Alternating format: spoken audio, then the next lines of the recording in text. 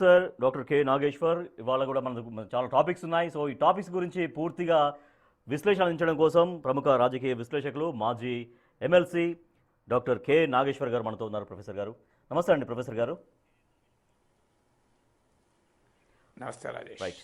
AP రాజకీయాల్లో మళ్ళీ కుల సమీకరణల వేడి మొదలైందా? అభివృద్ధి సంక్షేమం పక్కకు పోయి రాజకీయం అంతా కులం చుట్టూనే తిరుగుతోందా? మొన్నటిదాకా క్లాస్ వార్ అన్న వైసీపీ ఇప్పుడు క్యాస్ట్ కార్డును బయటకు తీసిందా? మాజీ మంత్రి అంబటి రాంబాబు ఇంటిపై జరిగిన దాడి ఇప్పుడు రాష్ట్ర రాజకీయాల్లో చిచ్చు రేపుతోంది. దీన్ని కేవలం ఒక వ్యక్తిపై జరిగిన దాడి అనకుండా కాపు సామాజిక వర్గంపై జరిగిన దాడిగా వైసీపీ ఎందుకు చిత్రీకరిస్తోంది?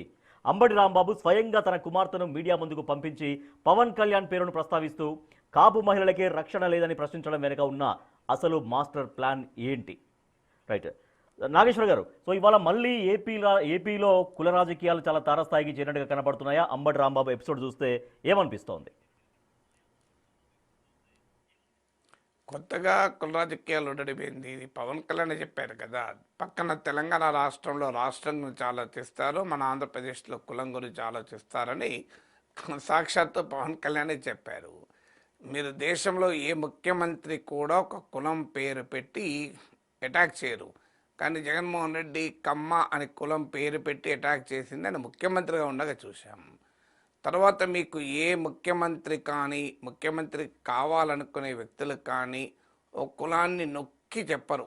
కానీ మీరు చంద్రబాబు నాయుడు, పవన్ కళ్యాణ్, లోకేష్ ఎన్నిసార్లు చెప్పలే జగన్ రెడ్డి జగన్ రెడ్డి అని చెప్పారా లేదా? సో ఇది మన ఆంధ్రప్రదేశ్లో రాజకీయాలకు ఇది ఉన్న స్వభావమే. ఆంధ్రప్రదేశ్లో అందరికీ తెలుసు, కమ్మలు తెలుగుదేశం వెనకాల 70-80% చంద్రబాబు నాయుడు విమర్శించినా, చంద్రబాబు నాయుడు విధానాలు నచ్చకపోయినా 70% కమ్మస్ టీడీపీకి ఓటేస్తారు. 70 కావచ్చు, 80 కావచ్చు, బట్ డెఫినెట్గా మెజారిటీ.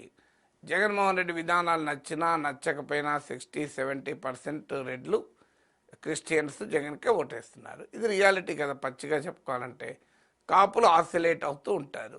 కాపులు మీకు ఉమ్మడి రాష్ట్రంలో సిగ్నిఫికెంట్గా ఉన్నారు. ఇప్పుడు ఆంధ్ర రాష్ట్రంలో అయితే ఒక 30-40 సీట్లలో వారు ప్రభావం చూపగలుగుతారు.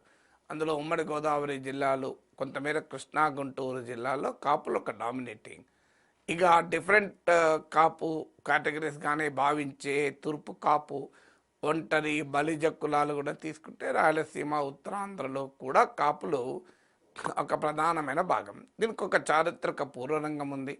వంగవీటి మోహనరంగ హత్యతో కమ్మ కాపుల మధ్య విభేదాలు మొదలయ్యాయి. వంగవీటి రంగ ఎమర్జెన్సీ కాపు నాయకుడిగా ఎమర్జ్ కాలేదు, కానీ అదొక పొలిటికల్ టర్న్ కాస్త కాస్ట్ టర్న్ తీసుకొని అప్పటి నుంచి కమ్మ కాపు గ్యాప్ అనేది ఏర్పడింది. మీకు ప్రజారాజ్యం కమ్మాసు, రెడ్డిసు ఆంధ్రప్రదేశ్లో ముఖ్యమంత్రి పదవి పొందుతూ వచ్చారు. ఉమ్మడి రాష్ట్రంలో కూడా మీరు చూస్తే అత్యధిక మంది సీఎంలు కమ్మ లేదా రెడ్డి. మీకు వేరే కాపు కమ్యూనిటీ అతను, బ్రాహ్మణ్, ఇంకా ఇతర కమ్యూనిటీల అతను సీఎంలు అయింది చాలా అరుదు. కాపు అయితే నాకు గుర్తున్నంత వరకు ఎవరు కాలేదనుకుంటాను. ఇతర కమ్యూనిటీలు కూడా చాలా అరుదు. అత్యధిక మంది సీఎంలు 2 కులాలకు చెందిన వారే ఎలక్ట్ అవుతూ వచ్చారు. సో న్యూమరికల్గా స్ట్రాంగ్ ఉండి కూడా అనేక నియోజకవర్గాల్లో ప్రభావం చూపెట్టగలిగే సత్తా ఉండి కూడా రాజ్యాధికారంలో మాకు ఆ సముచిత వాటా లేదు అన్న ఆవేదన కాపుల్లో ఉంది. మన దేశంలో మన పార్లమెంటరీ డెమోక్రసీ కాస్త ప్రైమ్ మినిస్టీరియల్ గవర్నమెంట్గా, చీఫ్ మినిస్టీరియల్ గవర్నమెంట్గా మారిపోయినాక రాజ్యాధికారం అంటే మంత్రి పదవులు కాదు, ఎమ్మెల్యేలు కాదు, ఎంపీలు కాదు. రాజ్యాధికారం అంటే ముఖ్యమంత్రి పదవే రాజ్యాధికారం. సో ఆ ముఖ్యమంత్రి పదవి మాకెందుకు రాదు అన్న భావన కాపుల్లో పెరుగుతూ వచ్చింది. వాస్తవంగా కాంగ్రెస్ పార్టీ అధికారంలో ఉన్నంత కాలం కమ్మాస్ కూడా ఇలాగే ఏలినేట్ అయ్యారు, ఎందుకంటే కాంగ్రెస్లో ఉన్న రెడ్డి డామినేషన్ వల్ల. కానీ ఎన్టీ రామారావు ఎప్పుడైతే పార్టీ పెట్టాడో కమ్మాసు ఎన్టీ రామారావు నాయకత్వం తెలుగుదేశం వెనకాల ర్యాలీ అయ్యారు. దాన్ని బట్టి రామారావు ఏదో కమ్మ నాయకుడని మనం అనడం పొరపాటు. ఆ మాటకత్తే చంద్రబాబు నాయుడు కమ్మ నాయకుడని లేం, పవన్ కళ్యాణ్ కాపు నాయకుడని లేం, రాజశేఖర రెడ్డి, జగన్మోహన్ రెడ్డిలను రెడ్డి నాయకుడు మాత్రమే అనలేం. మిగతా అన్ని కులాల వాళ్ళ మద్దతు ఉంటేనే ముఖ్యమంత్రి అవుతారు. కానీ ఈ కాస్ట్ కాస్త ఓన్ చేసుకోవడం మొదలుపెట్టింది తెలుగుదేశాన్ని కమ్మాస్. దానికి హిస్టారికల్గా కాంగ్రెస్ హయాంలో కమ్మల పొలిటికల్ ఎలినేషన్ కారణం. సో ఈ నేపథ్యంలో ప్రజారాజ్యం ఏర్పడినప్పుడు చిరంజీవి పార్టీ పెట్టుతోనే, చిరంజీవిని కాపు నాయకుడిగా ఎవరమో భావించలేము, కానీ ఆయన వెనకాల కూడా కాపు సెక్షన్ భారీ ఎత్తున ర్యాలీ అయింది.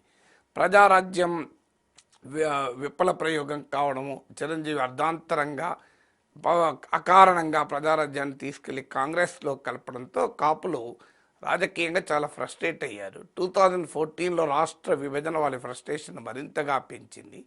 అప్పుడు ఉన్న పొలిటికల్ కాంటెక్స్ట్ రీత్యా కాపులు 2014లో కూటమికి ఓటేశారు. పవన్ కళ్యాణ్ కూడా కూటమికి మద్దతు ఇవ్వడం కూడా ఒక ఫ్యాక్టర్గా పనిచేసింది. తర్వాత 2014 to 19 మధ్య కాలంలో అనేక అంశాలు ముందుకు వచ్చాయి. మీకు ముద్రగడ పద్మనాభం ఇష్యూ ముందుకు వచ్చింది, కాపుల రిజర్వేషన్ సమస్య ముందుకు వచ్చింది, కాపు కార్పొరేషన్లకు నిధులు ఇవ్వలేదు అన్న సమస్య ముందుకు వచ్చింది. సో అందువల్ల ఈ ఫ్యాక్టర్స్ అన్నీ కలిశాయి. పవన్ కళ్యాణ్ టీడీపీకి దూరం అయ్యాడు. 2019లో విడిగా పోటీ చేశాడు. దీంతో కాపుల ఓటు వైసీపీకి షిఫ్ట్ అయింది 2019లో. 2024లో మళ్ళీ పవన్ కళ్యాణ్ గేమ్ చేంజర్గా ఆంధ్ర రాజకీయాల్లో ఎమర్జ్ కావడము, వైసీపీ వ్యతిరేక శక్తుల ఐక్యతకు పవన్ కళ్యాణ్ చేసిన కృషి, అందులో ఆయన ఇరుసులాగా పనిచేయడము, టీడీపీ జనసేనల కలయిక, చంద్రబాబు పవన్ కళ్యాణ్ల కలయిక ఒక అన్నేచురల్ సోషల్ కోalition ఆంధ్రప్రదేశ్లో ప్రవేశపెట్టింది. అసహజ సామాజిక సంకీర్ణం కమ్మాసు కాపుస్ మధ్య. దాంతో మీకు భారీ విజయాన్ని కూటమి సాధించగలిగింది. అంటే 2014, 2019, 2024 ఎన్నికల్ని మీరు జాగ్రత్తగా పరిశీలిస్తే కాపులు ఎటువైపు ఉంటే అటు గెలుస్తున్నారు. సో కాపులు బికమ్స్ ద విన్నబుల్ ఫ్యాక్టర్. మిగతా అన్ని సోషల్ కన్సాలిడేషన్ రకరకాల ఫ్యాక్టర్స్ ఉన్నా అల్టిమేట్గా ఒక major factor for political change Kapu ఓటుగా మారిపోయింది. ఇది గమనించినటువంటి జగన్మోహన్ రెడ్డి కాపు ఓటు రాకుండా ఇప్పుడున్న రాజకీయ పరిస్థితిని మార్చలేము అన్లెస్ ప్రభుత్వం పట్ల అనూహ్యమైన వ్యతిరేకత ఉంటే తప్ప. ఆ వ్యతిరేకత కూడా గల్వనైజ్ కావాలంటే కాపు ఓటు దూరం కావాలి.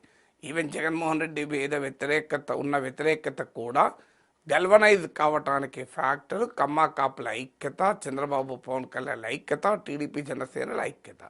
సో అందువల్ల కాపు కార్డు ఖచ్చితంగా జగన్మోహన్ ప్రయోగిస్తున్నాడు. అందుకే మీకు అంబటి రాంబాబుపై దాడి జరిగిన వెంటనే దాని కాపులపై దాడిగా దాన్ని రూపొందించేటువంటి, దానికి ఒక కలర్ ఇచ్చేటువంటి ప్రయత్నం వైసీపీ చేస్తుంది. దానికి హిస్టారికల్గా ముద్రగడపై దాడి ఇవన్నీ కూడా తీసుకుంటున్నారు. మీరు ఈ డైమెన్షన్స్ అన్నీ తీసుకొని కాపులు కమ్మలు ఏకం కాకూడదు, కూటమికి టీడీపీకి కాపుల ఓటు రాకూడదు అనేది ఎత్తుగడ. మీకు ఇప్పటికే కాదు 2024లో కూడా పవన్ కళ్యాణ్ పైన కాపు వెటరన్స్ అయిన ముద్రగడ పద్మనాభం, హరిరామ జోగే లాంటి వాళ్ళు పెద్ద ఒత్తిడి తెచ్చారు. టీడీపీ జనసేన కలవకుండా, పవన్ కళ్యాణ్ చంద్రబాబు కలవకుండా అన్రీజనబుల్ డిమాండ్స్ పెట్టమని పవన్ కళ్యాణ్ పైన ఒత్తిడి తెచ్చారు. మీ బలం ఇంత కాదు, 60 సీట్లకు పోటీ చేయాలి, 70 సీట్లకు పోటీ చేయాలని. కానీ పవన్ కళ్యాణ్ రియాలిటీ అర్థం చేసుకుని ఎక్కడా కూడా ఆ డిమాండ్లకు తల ఒగ్గలేదు. సో ఈ కాంటెక్స్ట్ అంతా ఉంది కనుక జగన్ ఖచ్చితంగా కాపు కార్డు ప్రయోగించాలని చూస్తాడు, కాపులను టీడీపీ నుంచి దూరం చేయాలని చూస్తాడు, కూటమికి బేస్గా ఉన్న సోషల్ కోalition సామాజిక సంకీర్ణాన్ని విడగొట్టాలని చూస్తాడు. అందులో అనుమానమే లేదు. అంబటి రాంబాబుపై దాడి కాపులపై దాడి ఎందుకు అవుతుంది? అది మీరు వ్యక్తిపై దాడిని కాపులపై దాడిగా చూపుతున్నారని. వ్యక్తిపై దాడిగా కూడా నేను చూడను. అంబటి రాంబాబు మీద పర్సనల్ అటాక్ ఏం కాదు కదా. ఆయన వైసీపీ నాయకుడిగా ఆయన పైన దాడి, ఆయన చంద్రబాబు నాయుడు పైన, తెలుగుదేశం వారిపైన అభ్యంతరకరంగా మాట్లాడడం వల్ల జరిగిన ఒక రియాక్షన్ అది. బట్ ఆ రియాక్షన్ నేనే సమర్థించడం లేదు. ఖచ్చితంగా చట్టాన్ని తమ చేతుల్లోకి తీసుకొని ఎవరైనా దాడి చేయడానికి అంగీకరించలేం కదా. ఆయన ఆఫీస్ పైన దాడి, ఆయన ఇంటి పైన దాడి ఖచ్చితంగా ఖండించాల్సిందే. కానీ అదే సమయంలో ఆ దాడికి ఉన్న నేపథ్యాన్ని, పూర్వరంగాన్ని కూడా మనం టోటల్గా విస్మరించలేం. ఏదున్నా అది టీడీపీ వైసీపీల మధ్య ఘర్షణ తప్ప దానికి కులం కలర్ అంటించడము, అదేదో కాపులకు అన్యాయంగా చూపెట్టడము, అంబటి రాంబాబు కాపుల ప్రతినిధిగా చూపెట్టడము ఇదొక ఒక వైసీపీ వ్యూహంలో భాగం. అందుకే మీకు పవన్ కళ్యాణ్ విమర్శించాలంటే మీకు ఆటోమేటిక్గా పేర్ని నాని, అంబటి రాంబాబులు ఎంటర్ అవుతారు. మీరు అదే మీకు జగన్మోహన్ రెడ్డిని తిట్టాలి అంటే సోమిరెడ్డి చంద్రమోహన్ రెడ్డి లాంటి వాళ్ళు రంగంలో దిగుతారు. ఇతరులు తిట్టినప్పటికీ కూడా మీకు చంద్రబాబు నాయుడు తిట్టాలంటే కొడాలి నాళ్ళు, వల్లభనేని వంశీలు ఎంటర్ అవుతారు. ఇది ఆంధ్రప్రదేశ్ రాజకీయాల్లో జరుగుతున్న వ్యవహారం ఒక గొప్ప ఎంటర్ప్రెన్యూరల్ సొసైటీ. అన్ఫార్చునేట్లీ ఈ రాజకీయాల వల్ల ఒక సమస్యగా మారింది. ఎకనామిక్గా చాలా ఎంటర్ప్రెన్యూరల్, చాలా ఫార్వర్డ్ లుకింగ్, చాలా agile and mobile society Andhra society. కానీ ఈ సోషల్ కన్జర్వేటిజం, రాజకీయాల చుట్టూ ఉన్న సామాజిక కన్జర్వేటిజం వల్ల ఆంధ్రప్రదేశ్ అభివృద్ధి కూడా సమస్యగా మారిపోతుంది. రైట్, ఓకే అండి. సో నెక్స్ట్ టాపిక్ చూద్దాం.